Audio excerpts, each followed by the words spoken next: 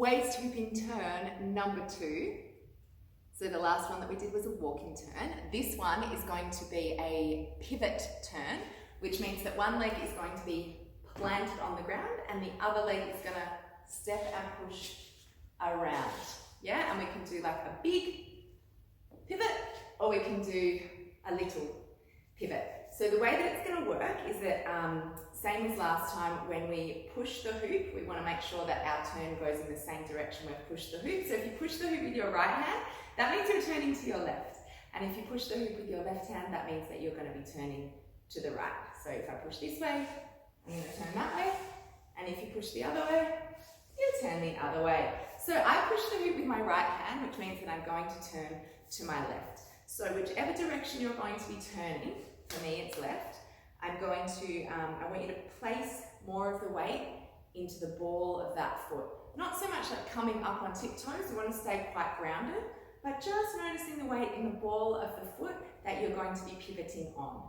So what happens is we take the weight into that foot, pick up the other leg, take a little step, bring the weight into the foot that just stepped. So for me, that's my right foot, and then push off and place it down. So the weight is shifting from one foot to the other. I'm exaggerating this just to show you.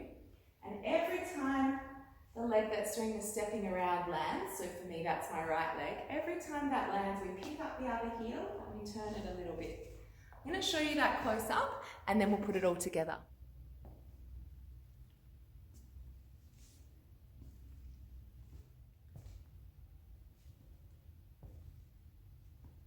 So shift the weight, lift the heel and turn. Shift the weight, lift the heel and turn. Shift and lift and turn. Shift and lift and turn. Excellent. All right, let's put that together with a hoop. Okay, so once you've got the hang of that, whether you're doing little ones with a little wiggle, getting this little hip wiggle, or whether you're doing bigger ones, so just a bigger step and only a couple of pivots to get around. Either way, both are good.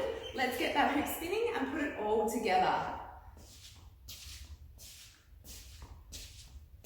Stay up nice and tall. Try not to look down with your head. Pick something to look at with your eyes. If you get dizzy, stop. Plant the balls of your feet on the ground. Bounce your heels. Shake it all out. One more time. Give it a push. Pivot, turn, pivot, turn, pivot, turn. Or big step, big step, big step. I'm trying to think of what kind of things might go wrong to troubleshoot them for you. The main thing that I think will go wrong is probably not giving it enough of a push. So while we're thinking of our feet, if we don't keep doing something with our belly, it's going to fall down. So we need to keep that push coming through the front body as well, so that you can think of it either as a push coming through the front body, or you can think of it as a push coming from this hip as you turn. It's not a huge body movement to do that push.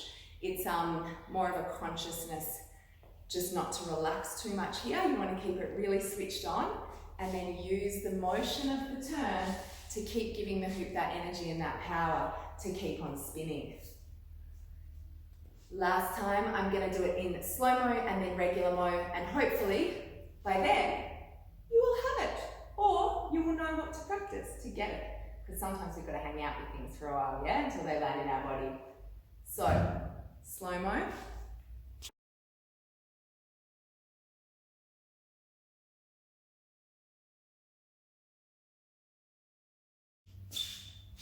Regular speed.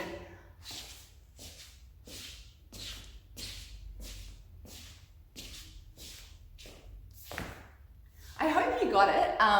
Feel free to drop any questions or comments below. Very, very welcome. And if you have anything you're stuck with, I'll obviously answer your questions and help you out.